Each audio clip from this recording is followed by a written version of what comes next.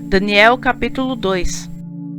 E no segundo ano do reinado de Nabucodonosor, Nabucodonosor teve sonhos e o seu espírito se perturbou, e passou-se-lhe o sono. Então o rei mandou chamar os magos, os astrólogos, os encantadores e os caldeus, para que declarassem ao rei os seus sonhos. E eles vieram e se apresentaram diante do rei. E o rei lhes disse: Tive um sonho, e para saber o sonho está perturbando o meu espírito. E os caldeus disseram ao rei em aramaico: Ó rei, vive eternamente. Dize o sonho a teus servos, e daremos a interpretação. Respondeu o rei, e disse aos caldeus: O assunto me tem escapado.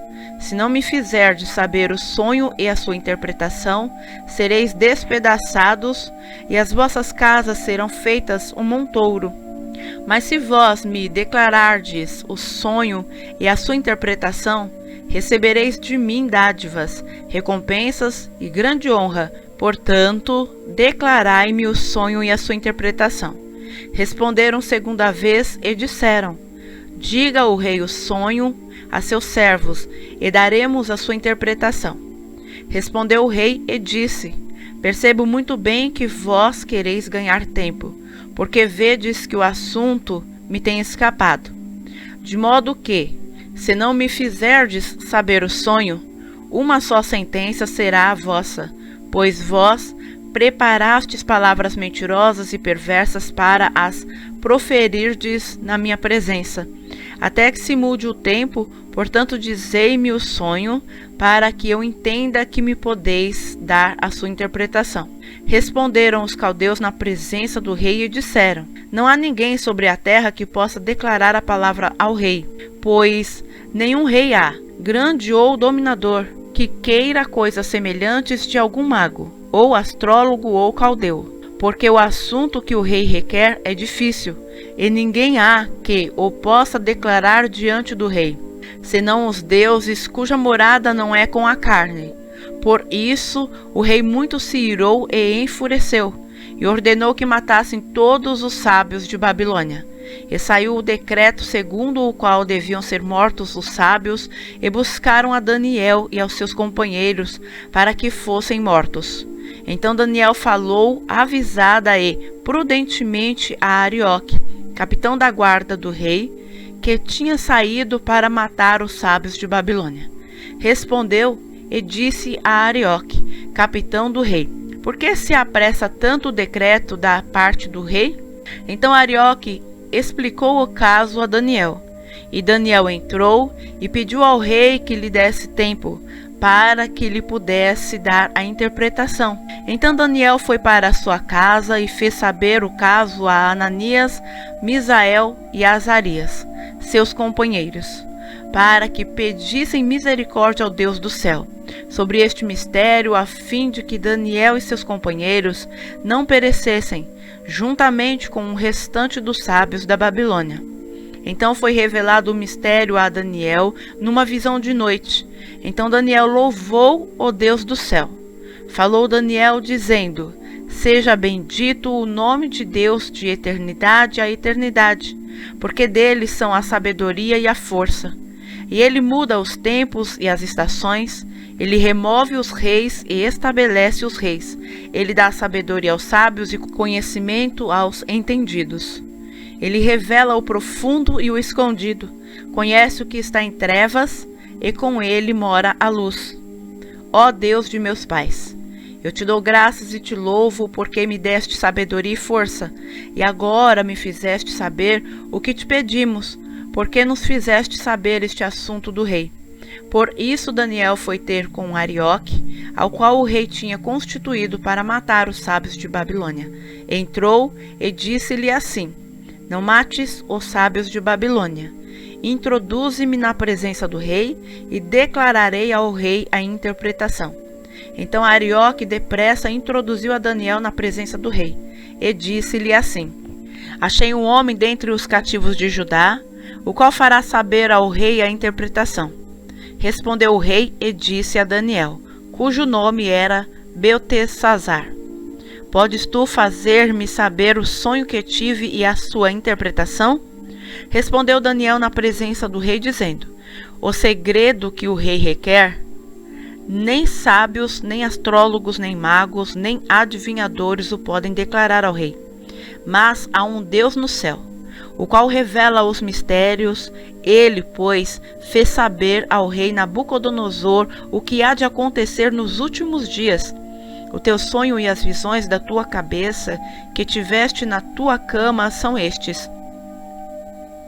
Estando tu, ó rei, na tua cama, subiram os teus pensamentos acerca do que há de ser depois disto. Aquele, pois, que revela os mistérios, te fez saber o que há de ser. E a mim me foi revelado este mistério, não porque haja em mim mais sabedoria do que em todos os viventes, mas para que a interpretação se fizesse saber ao rei e para que entendesses os pensamentos do teu coração. Tu, ó rei, estavas vendo, e eis aqui uma grande estátua. Esta estátua, que era imensa, cujo esplendor era excelente, e estava em pé diante de ti, e a sua aparência era terrível. A cabeça daquela estátua era de ouro fino, o seu peito e os seus braços de prata, o seu ventre e as suas coxas de cobre, as pernas de ferro, os seus pés em parte de ferro e em parte de barro. Estavas vendo isto, quando uma pedra foi cortada, sem auxílio de mão, a qual feriu a estátua nos pés de ferro e de barro, e os esmiuçou. Então foi juntamente esmiuçado o ferro, o barro, o bronze, a prata e o ouro, os quais se fizeram como pragana das eiras do estio. E o vento os levou, e não se achou lugar algum para eles. Mas a pedra que feriu a estátua se tornou grande monte, e encheu toda a terra. Este é o sonho.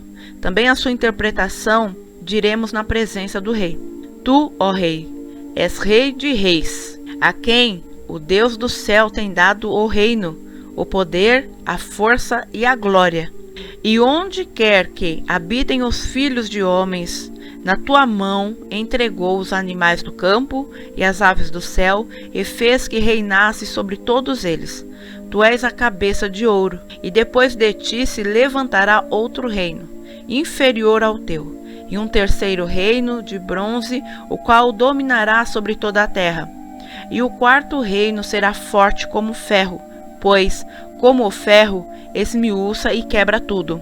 Com o ferro que quebra todas as coisas, assim ele esmiuçará e fará em pedaços. E, quanto ao que viste dos pés e dos dedos, em parte de barro de oleiro e em parte de ferro, isso será um reino dividido. Contudo, haverá nele alguma coisa da firmeza do ferro, pois viste o ferro misturado com barro de iodo. E como os dedos dos pés eram em parte de ferro e em parte de barro, assim por uma parte o reino será forte, e por outra será frágil. Quanto ao que viste do ferro misturado com barro de iodo, misturar-se-ão com semente humana, mas não se ligarão um ao outro, assim como o ferro não se mistura com o barro. Mas, nos dias desses reis, o Deus do céu levantará um reino que não será jamais destruído, e este reino não passará a outro povo. Esmiuçará e consumirá todos esses reinos, mas ele mesmo subsistirá para sempre. Da maneira que viste que o monte foi cortada a uma pedra, sem auxílio de mãos, e ela esmiuçou o ferro, o bronze, o barro, a prata e o ouro, o grande Deus fez saber ao rei o que há de ser depois disto. Certo é o sonho, e fiel a sua interpretação. Então o rei Nabucodonosor caiu sobre a sua face e adorou a Daniel, e ordenou que lhe oferecessem uma oblação e perfumes suaves. Respondeu o rei a Daniel e disse: Certamente o vosso Deus é Deus dos deuses, e o Senhor dos reis e revelador de mistérios, pois pudeste revelar este mistério. Então o rei engrandeceu a Daniel e lhe deu muitas e grandes dádivas, e o pôs por governador de toda a província de Babilônia, como também o fez chefe dos governadores sobre todos os sábios de Babilônia.